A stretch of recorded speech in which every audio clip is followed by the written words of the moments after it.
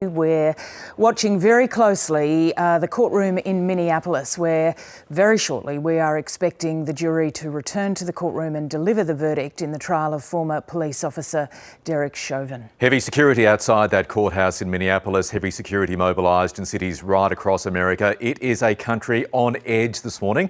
We'll bring you that verdict as soon as it is delivered in Minneapolis. Well, North America correspondent Greg Jennett is in Minneapolis and he joins us now.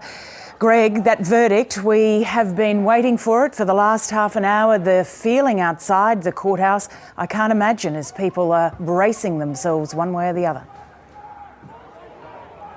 Morning, Lisa. That's exactly right. So it's still a quite cool spring here in Minneapolis, but we have most definitely entered the hot zone as far as this trial is concerned. In fact, we're running slightly over time now on the court's indication. The jury should have, roughly speaking, been back in the room up on the 18th floor of the government offices here, where the courtroom itself is, and they would be delivering their verdict. That hasn't happened yet, but it can't be too far away now.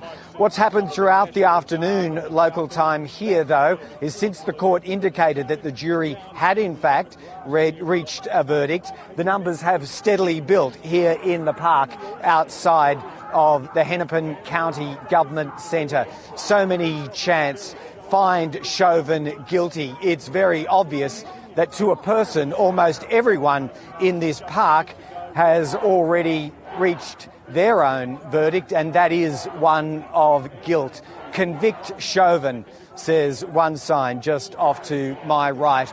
And we have the National Guard looking down on us from an elevated level there in the Hennepin County Government Centre, as we offered earlier in our coverage. Way up on the 18th floor is the courtroom itself, where Judge Peter Cale is due to file back into his chair, gavel in and start the main event of the afternoon. And we know that the proceedings throughout the trial over the last 3 weeks have been watched en masse, very large numbers indeed. Goodness knows what numbers are now tuning in, because this is COVID era after all, so access to the courthouse is highly limited. That's in part why we are where we are, but it also means that for the very first time in the state of Minnesota, a trial is being fully broadcast. It's the only way to absorb what's happening, and millions, tens of millions, if not hundreds, will be doing that just now in this country alone. Greg, Peter Cale has taken his seat back in the court. We'll just keep an eye on that for a moment. He's just looking at his notes, and you had indicated that was going to be the first sign that the jury would be returning. He's not speaking as yet, Greg, testing the microphone, and there's Derek Chauvin, the former police officer who is charged. They're standing in the court. Let's just listen in for a moment.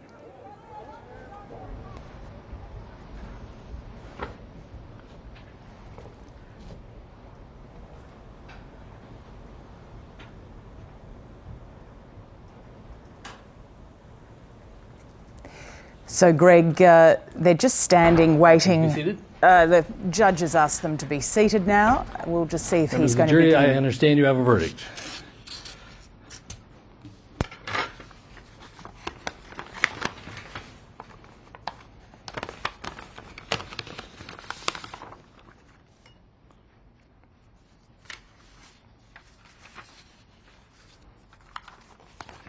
Members of the jury, I will now read the verdicts as they will appear in the permanent records of the 4th Judicial District. State of Minnesota, County of Hennepin, District Court, 4th Judicial District. State of Minnesota Plaintiff versus Derek Michael Chauvin, Defendant. Verdict, Count 1. Court file number 27, CR 20-12646. We, the jury, in the above entitled matter as to Count 1, unintentional second-degree murder while committing a felony, find the defendant guilty. This verdict agreed to this 20th day of April 2021 at 1:44 p.m. Signed, juror foreperson, juror number 19. Same caption, verdict count 2. We, the jury, in the above entitled matter as to count 2, third-degree murder, perpetrating an eminently dangerous act, find the defendant guilty.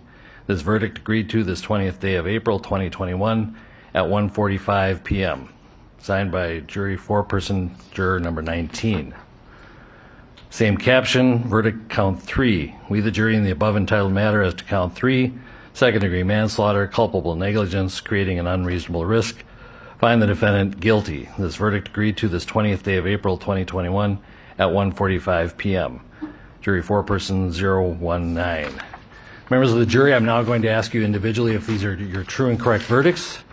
Please respond yes or no. Juror number 2, are these your true and correct verdicts? Yes. Juror number 9, are these your true and correct verdicts? Yes. Juror number 19, are these your true and correct verdicts? Yes.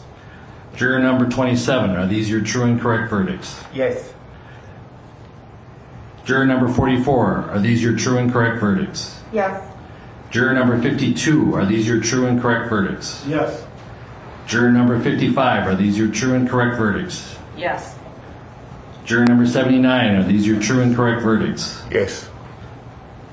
Juror number 85, are these your true and correct verdicts? Yes. Juror number 89. Is Greg Jennett, you've been listening into that result. Guilty, guilty, guilty. What's been the reaction where you are? Yes.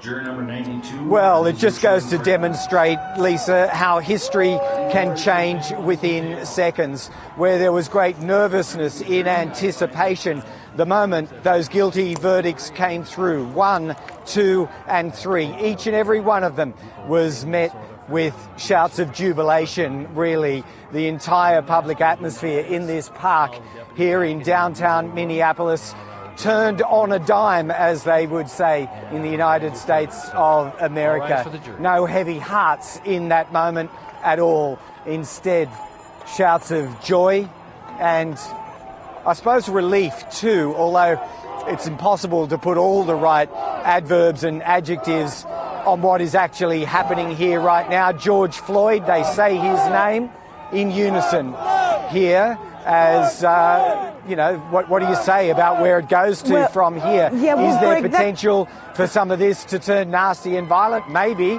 but at the moment, you're not sensing any of that by virtue of the verdicts delivered just upstairs. But Greg, that has been the really big question about this, because this hasn't just been about a court case. This has been about the focus on race and policing in America. There were warnings from people, cautions from people that optimism was not the correct feeling here because there was so much work still to do.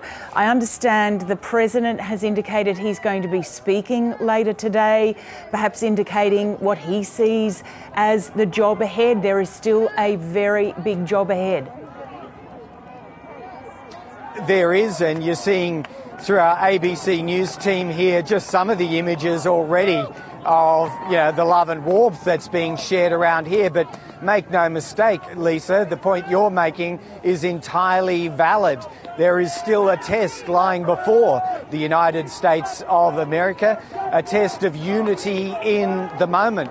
To what extent are they prepared to come together around this verdict, except that this was a fair trial conducted under the normal rules of the law of order, and accept it, one and all.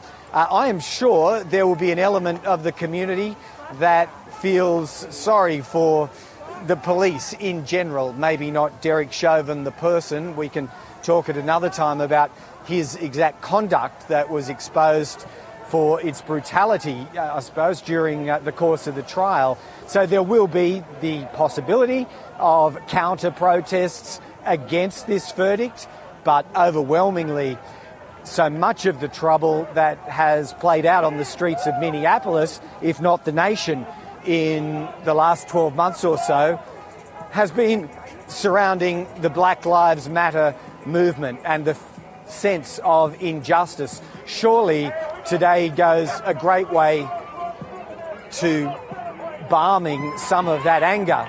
And you're right, there'll be leadership shown by the President, who will appeal for calm.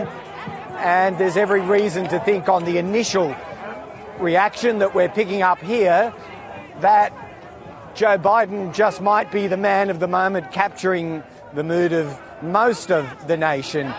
If this is to be replicated in cities across the US, it is joyousness, it is relief. And I'm sure the President will capture some of that in his own remarks later, Lisa. Yeah, we're moving, as you can see, moving with some of the crowd through the streets. These things happen organically, and this will take on a momentum of its own, but there's nothing at all threatening about this environment. I think the mood did change instantly the moment that verdict, those three verdicts, came through. Do you think they're heading towards that South Minneapolis intersection where George Floyd, the 46-year-old, died in May last year? I know there were people gathering there as well. Greg, you talk about people gathering around America. We saw pictures earlier of people looking at their mobile phones on Black Lives Matter Plaza in Washington, D.C. So just to give you an indication, you're giving a great sense of what's going on there and the mood on the ground, Greg, but it certainly is right across America that this has been so closely watched. But you're on the move, you say? We are on the move, and moving past the other side of the Hennepin County Government Centre. Derek Chauvin, I imagine, is being taken down and into custody in the court about now. But in time, some of the Floyd family members, only a small number, were allowed inside the court for the jury to deliver its verdict and to capture that moment themselves. But they will leave through the visitors' entrance here at the courthouse eventually, and no doubt make their remarks. Even so, we're not alone. Many of the media representatives are on the move with these members of the public, literally taking to the streets to share their satisfaction, I think you could call it, with this jury, and once again shouting George Floyd's name. After we left those pictures inside the courtroom, Derek Chauvin was placed in handcuffs and led away after the judge went through the formalities of checking with each jury member that they were sure and rightful of their decision in regards to guilty on all three of those charges that the ex-police officer Derek Chauvin was facing. After all this shit done. Okay, that's where we'll leave Minneapolis. Yes, so... take it away, Greg. Keep going. No, just to describe what's happening around us. This particular group of 100 or so now stationary, shouting George Floyd and now Daunte Wright's name. Daunte Wright, just for those who don't remember, was the young man, 20 years of age, shot by accident, we're told, in another part of Minneapolis only a little over a week ago. And that was entirely unexpected, coming right in the middle of the trial. So his name is being shouted along with George Floyd's as people move out of that park where the jury verdict was received. And maybe they'll do as they did around this time yesterday, which is start a procession around the streets of Minneapolis.